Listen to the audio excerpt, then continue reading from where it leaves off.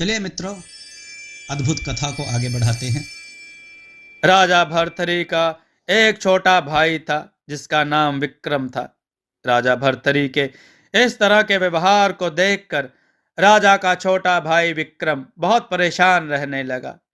वह राजा को यह भी समझाने लगा कि भैया, आप मेरे बड़े भाई हैं और इस राज्य के राजा भी हैं।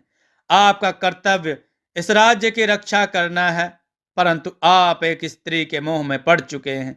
आपको इस स्त्री के अलावा कोई और कहीं और कुछ भी नहीं दिखाई दे रहा। विक्रम की इस तरह की बातें अपने भाई को बार बार समझाता, परंतु वह राजा अपनी पत्नी के मोह में इतना अंधा हो गया था कि उसे कुछ भी समझ नहीं आ रहा था। एक दिन राजा भर्तरी का छोटा भाई विक्रम अपने अस्तबल में जाता है। वहां पर उसे कुछ घोड़े बहुत ही कमजोर दिखाई पड़ते हैं।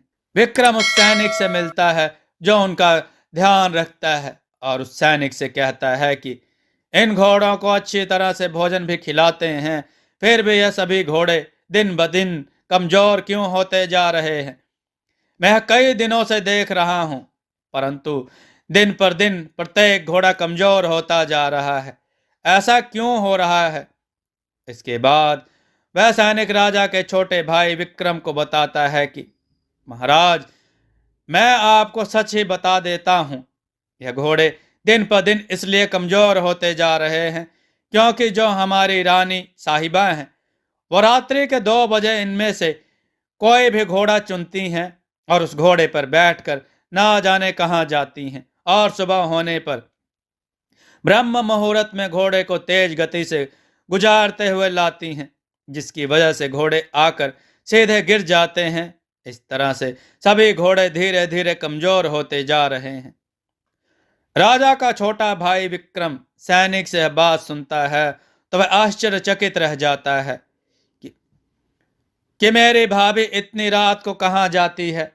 यह बात सोच सोच कर बहुत परेशान होने लगता है। उसके बाद उसके बाद विक्रम उस सैनिक से कहता है, आज रात्रि में तुम इस जगह मत रहना। आज रात्रि में घोड़े के पास मैं रहूंगा, घोड़ों की रखवाली मैं करूंगा। आज मैं देखता हूं कि मेरी भाभी रात्रि में कहाँ जाती है और क्यों जाती है। उसके बाद राजा के छोटे भाई विक्रम ने उस सैनिक को वहां से जाने के आदेश दे दिया और स्वयं उन घोड़ों की देखभाल करने लगा। जैसे ही रात्रि के 2 बजते हैं तो राजा का भाई विक्रम देखता है कि उसके भाई की पत्नी आती है और उन घोड़ों में से एक घोड़े को चुनती है और उस पर बैठती है। जैसे ही वह घोड़े पर सवार होकर जाने लगती है तो राजा का भाई विक्रम उसके सामने आ जाता है और अपनी भाभी को जाने से रोक लेता है। तो रानी विक्रम से कहती है, देवर जी, आप मेरे रास्ते के बीच में क्यों आए हो? भाभी की बात सुनकर विक्रम उनकी किसी भी बात का कोई भी जवाब नहीं देता है और उनसे सीधा एक ही सवाल पूछता है कि पहले आप मुझे बताइए कि आप इस वक्त किससे मिलने जा रही हो। विक्रम की यह बात सुनकर रानी हड़बड़ा जाती है। घबराहट के मारे उसे पसीने आने लगते हैं, फिर भी वह विक्रम को कुछ नहीं बताती। रानी की स्थिति देखकर विक्रम समझ जाता है कि यह कहीं ना कहीं तो किसी से मिलने जा रही है। यह मेरे भाई और इस राज्य को धोखा दे रही है। विक्रम को देखकर रानी घोड़े से उतर जाती है, अपने महल में वापस जाकर सो जाती है। परंतु जैसे वह सुबह जल्दी उठती है तो रानी सोचने लगती है, आज मेरे देवर जी ने मुझे जाते हुए पकड़ा है और वह मुझ पर भी शक कर रहे हैं। जैसे ही सुबह होगी तो मेरे देवर विक्रम अपने बड़े भाई यानी मेरे पति को सारी बातें बता देंगे। फिर रानी ने सोचा कि वह उन्हें सारी बातें बताए। क्यों ना मैं इससे पहले ऐसा करूं कि विक्रम की किसी भी बात का मेरे पति पर कोई भी असर ना पड़े। उसे यही ठीक लगता है और उसके बाद वह रानी अपने त्रिया चरित्र को दिखाने लगती है। राजा भर्तरी के उठने से कुछ समय पहले ही रानी अपने बालों को खोल देती है। वह अपने कपड़ों को भी फाड़ लेती है और कक्ष में जमीन पर लेट जाती है। जैसे ही वह राजा नींद से जागकर खड़ा होता है, वह देखता है कि रानी जोर जोर से रो रही है। राजा भर्तरी रानी से कहता है, हे प्रिय, तुम नीचे क्यों पड़ी हो और तुम क्यों रो रही हो? तुम्हारे कपड़ों को किसने फाड़ा है? तब रानी चालाकी के साथ आंसू बहाते हुए अपनी बात कहती है, राजन, तुम्हें क्या बताऊं, तुम्हारे भाई विक्रम ने मेरी इज्जत पर हाथ डाला है। मुझ जैसी पतिव्रता स्त्री पर इतनी गंदी निगाह डाली है। एक छोटे से झूठ के कारण उस रानी ने अपने राजा के लिए जान भी दे दी थी। राजा भर्तरी अपनी रानी पिंगला पर पूर्ण विश्वास करता था। राजा भर्तरी को अपनी पत्नी पिंगला की बात पर पूर्ण विश्वास भी हो जाता है। राजा भर्तरी जैसे इस बात को सुनता है तो वह अपने छोटे भाई विक्रम को बुलाता है और उसे जोर जोर से डांटने लगता है। और विक्रम इसकी सजा देने की बात करता है। फिर राजा सोचता है कि यह मेरा छोटा भाई है, इसलिए इसे मृत्यु दंड देना उचित नहीं होगा। राजा भर्तृहरि अपने छोटे भाई विक्रम को कहता है कि विक्रम, तुमने आज अपनी मां समान भाभी के साथ बहुत गलत किया है, इसलिए मैं तुम्हें यह सजा देता हूं कि आज से तुम इस राज्य से दूर चले जाओ।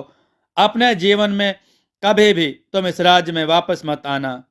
विक्रम जब अपने बड़े भाई के मुख से यह आदेश सुनता है तो उनके आदेश का पालन करता है और वह वहां से दूर चला जाता है। जाते जाते विक्रम अपने बड़े भाई से कहता है, मैं यहां से तो जा रहा हूं, पर जाने से पहले मैं आपसे एक बात कहता हूं कि आप जिस पतिव्रता स्त्री पर इतना मोह दिखा रहे हो, इससे बचकर रहना। इतना कहकर विक्रम उस राज्य को छोड़कर चला जाता है। उसके जाने के बाद रानी पिंगला बहुत खुश हो जाती है और अब उसे किसी भी प्रकार का भय नहीं था। उस रात फिर से रानी उस पुरुष से मिलने के लिए चली जाती है जिस पुरुष से मिलने पहले जाया करती थी। उससे मिलने पर वह उस पुरुष से कहती है कि तुम इस जंगल में अब रोजाना मत आया करो और मैं भी रोजाना तुम्हारे पास इस जंगल में मिलने के लिए नहीं आऊंगी। हम एक काम कर सकते हैं, तुम ऐसा करो, कल सुबह राजमहल में आओ। राजमहल के अंदर आकर तुम मेरे पति महाराज से महल में काम करने की विनती करो और उसके बाद तुम महल में ही रहना। जब तुम महल में रहोगे तब हमारी रोज ही मुलाकात होगी। उस पुरुष से यह बात कहकर रानी वापस महल में आ जाती है और फिर जैसे ही सुबह होती है रानी का वह प्रेमी महल में आता है। राजा भर्तृहरि से निवेदन करने लगता है कि हे राजन, मैं आपके पास के राज्य के नगर से आया हूं और मेरे घर में एक बूढ़ी माँ है, वह बहुत ही बीमार है। कहीं भी मुझे कुछ काम नहीं मिल पा रहा है। आप मेरी सहायता कर देते तो मेरे घर का गुजारा चल जाता। मैं अपनी बूढ़ी माँ का ठीक से ख्याल रख पाता। वह रानी भी वहीं बैठे बैठे उसकी बात सुन रही होती है। उसकी बातें सुनकर मन ही मन बहुत प्रसन्न होने लगती है। उसके बाद राजा भर्तृहरि उसकी स्थिति को देखकर उसे महल में काम करने का आदेश दे देते हैं। रानी के उस प्रेमी का नाम अश्वसेन था। अब अश्वसेन राजा का आदेश पाकर महल में काम करने लगता है। जैसे ही रानी राजा से आज्ञा पाकर कुछ पल के लिए दूर होती है तो रानी अपने उस प्रेमी अश्वसेन से मिल लेती है और इस तरह काफी समय तक चलता रहता है। रानी अपने पति की आंखों में धूल झोंक रही थी और राजा को इस बात का बिल्कुल भी भनक नहीं थी, क्योंकि राजा अपनी पतिव्रता पत्नी पिंगला से बहुत प्रेम करता था। राजा भर्तृहरि को यह बात पता नहीं थी कि वह जिसको इतना प्रेम कर रहा है वह उसे धोखा दे रही है, उसकी आंखों में धूल झोंक रही है। उसके बाद राजा भर्तृहरि एक दिन फिर से शिकार करने के लिए जंगल में जाता है।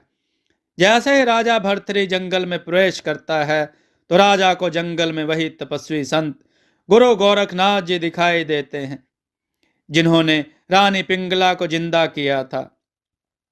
गुरु गोरखनाथ जी को यह देखकर राजा भर्तृहरि उनके पास जाते हैं, प्रणाम करके आशीर्वाद लेने लगते हैं। तो गुरु गोरखनाथ जी राजा के मुख की तरफ देखते हुए कहते हैं, हे राजन, मैं तुम्हारे इस आकर्षित रूप को देखकर बहुत ही परेशान हूं, और तुम इतने भोले स्वभाव के हो, इसलिए लोग तुम्हें बेवकूफ बनाते हैं। राजा द्वारा उचित आदर सत्कार के कारण तपस्वी गुरु गोरखनाथ जी अति प्रसन्न थे। प्रसन्न होकर गुरु गोरखनाथ जी राजा भर्तरी को एक अमर फल दिया और कहा, तुम इस फल को ग्रहण करो। इस फल को ग्रहण करने से तुम सदैव जवान बने रहोगे और तुम्हें कभी बुढ़ापा नहीं आएगा। तुम्हारी सदैव सुंदरता बनी रहेगी। फिर राजा उस फल को गुरु गोरखनाथ जी से ले लेते हैं। यह चमत्कारी फल देकर गुरु गोरखनाथ जी वहां से चले जाते हैं।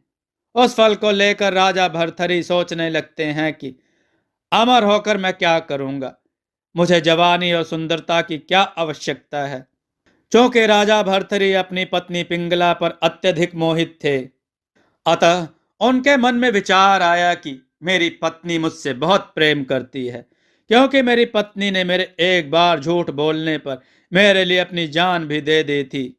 इसलिए इस फल को मुझे अपनी पत्नी को खिलाना चाहिए। मेरी पत्नी को ही अमर होना चाहिए। यदि वह इस फल को खा लेगी तो वह सदैव सुंदर और जवान बनी रहेगी। उसके बाद राजा भर्तरी गुरु गोरखनाथ जी के द्वारा दिए गए फल को महल में आकर अपनी पत्नी पिंगला को दे देते हैं और उनसे कहते हैं कि रानी, तुम इस फल को ग्रहण करो। यदि तुम इस फल को ग्रहण करोगी तो तुम हमेशा के लिए अमर हो जाओगी। तुम्हारी मृत्यु भी कभी नहीं होगी। यह कहकर राजा भर्तरी उस फल को रानी पिंगला को दे देते हैं और राजा वहां से चले जाते हैं। जबकि रानी पिंगला राजा भर्तरी पर नहीं, उस राज्य के कोतवाल पर मोहित थी।